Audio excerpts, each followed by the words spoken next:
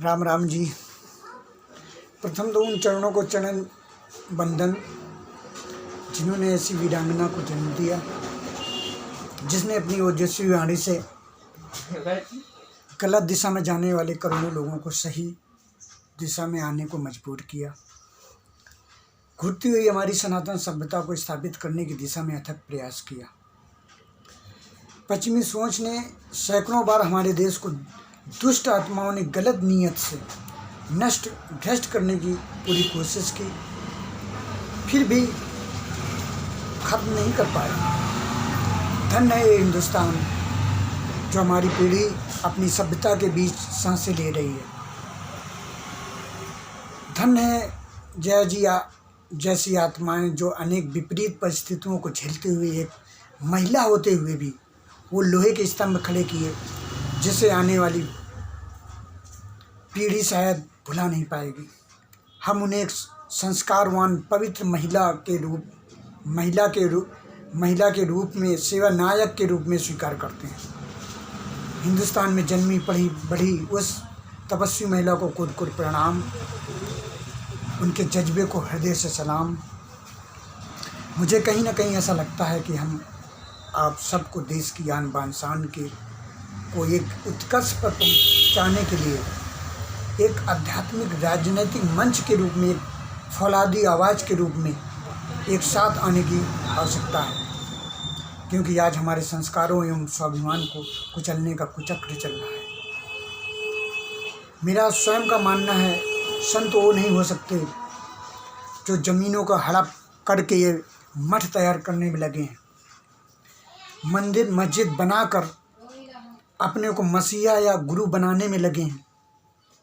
मुझे लगता है अपनी सुख सुविधाओं को महल तैयार कर रहे हैं, और ठगता कौन है? आम जनता।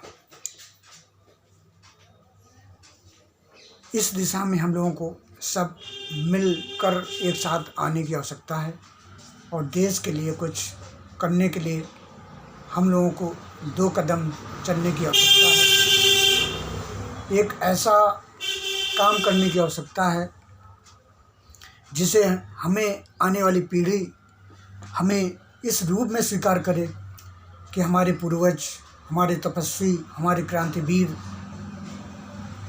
किस जघन्य परिस्थितियों में रहते हुए देश को आगे ले जाने की दिशा में एक अथक प्रयास किया है। आइए हम सब मिलकर देश के लिए कुछ करें। ये देश हमारा, आप सबका है। चिंतन मनन करने का हम सबका उतना ही अधिकार है जितना एक वरिष्ठ लोगों को, बुद्धिजीवियों का है, उतना ही अधिकार हमारा आपका है।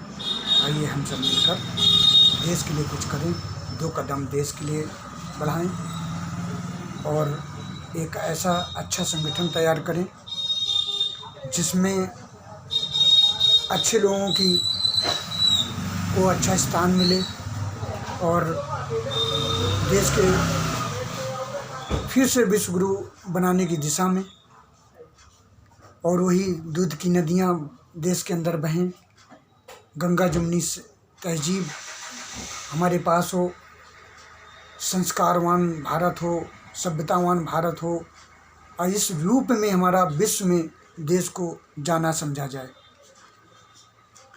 तो इस दिशा में हमारे जो एक चिंतन है, उस चिंतन में आपका भी एक सहयोग हो, आपका भी साथ हो।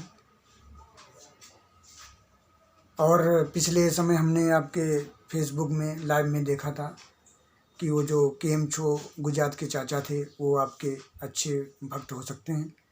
आप उनका सहयोग लीजिए, और चयन समिति जिस राजनीतिक और राजनीतिक संगठन की चयन समिति अच्छी होती है, वो संगठन दिन रात आगे बढ़ता रहता है और अच्छी दिशा में कार्य होते रहते हैं, विघटन नहीं आते हैं। देश के अंदर, समाज के अंदर, राजनीति के अंदर इसी चीज़ की कमी है कि संगठन और संस्थाओं में ऐसे लोग भ्रष्ट, बिना पढ़े वाले, कामचोर, चाटुकार, लुटेरे घुस गए हैं, जो हमारी सामाजिक व्यवस्था को तहस नहस करने में लगे।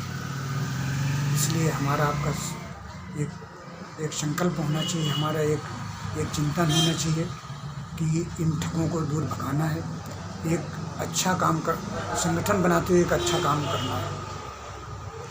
तो इसमें हम सब आप मिलकर देश के बुद्धिजीवियों को जोड़ें और ऐसा फौलादी स्तंभ तैयार करें, फौलादी एक संगठन तैयार करें, जिससे फिर से वो पुनः हमारा देश विश्वगुरु बने।